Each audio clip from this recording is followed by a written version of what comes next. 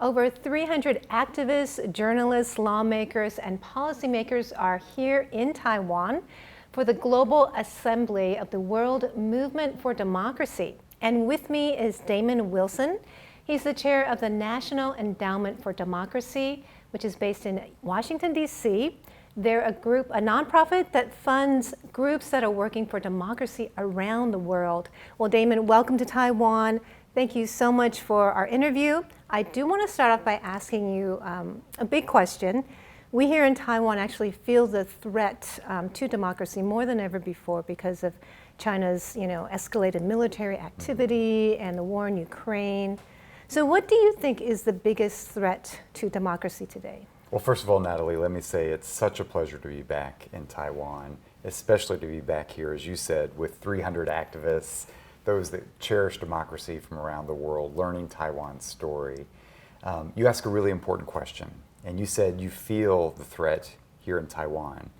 Well, that's why we're here, because I firmly believe that the epicenter of the future of freedom is here in Taiwan as well as in Ukraine. It means that I think the greatest threat to democracy is really coming from a revanchist Russia that plays out in an attack on Ukraine today.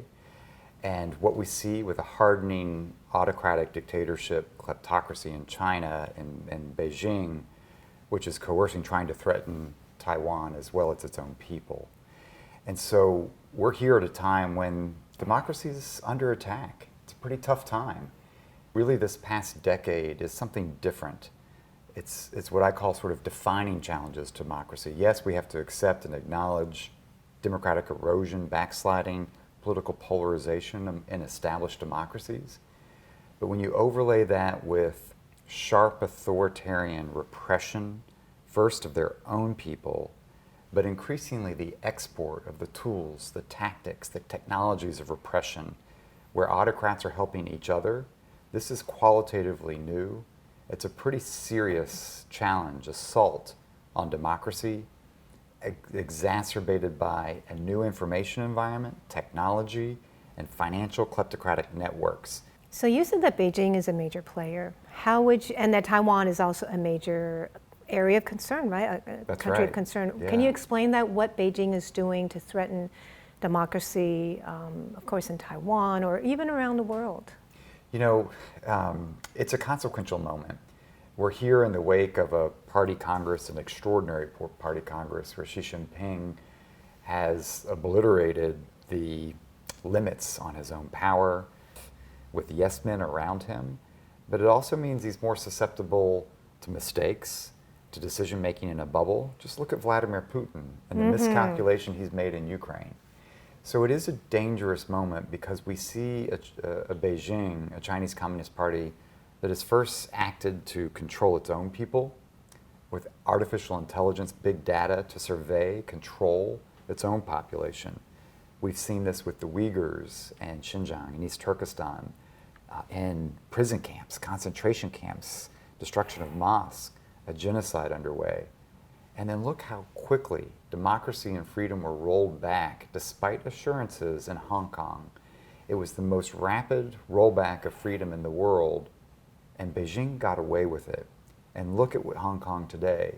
And we hear what Xi Jinping, what Beijing says about Taiwan, coercion, intimidation, threat of use of military force. We have to take that seriously. And so that's partly why we're here, to stand in solidarity with what is one of the most vibrant democracies, not just in Asia, but around the world. And that's just something that's remarkable, what the Taiwanese people have built here. It shows the world can you imagine a mainland, a China, that we're as successful as Taiwan? Oh, that would be amazing. Totally different world.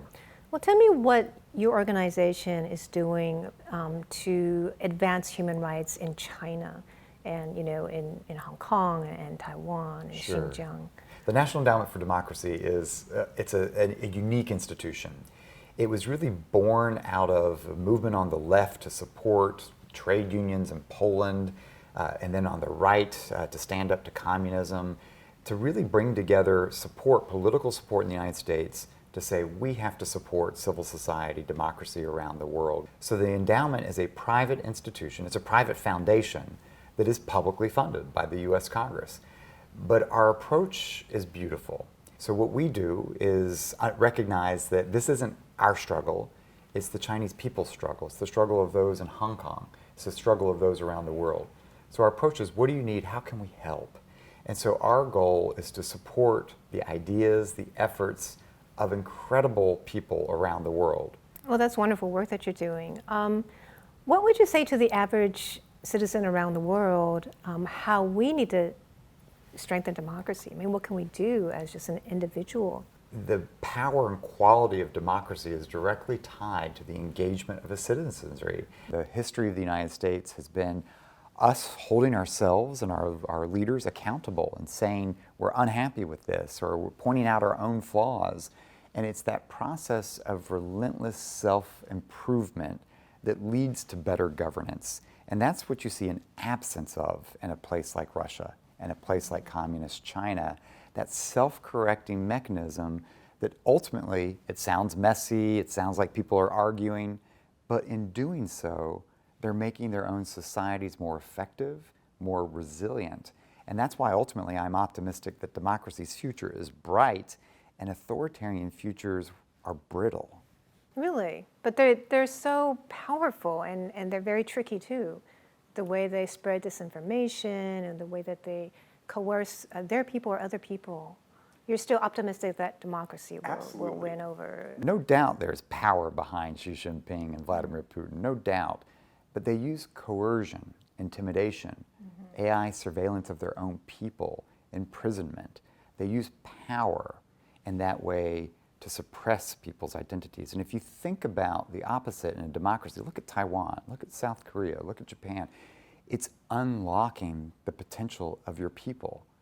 And when you don't control your people, when you unlock their potential, you see prosperity, you see education, you see self-value.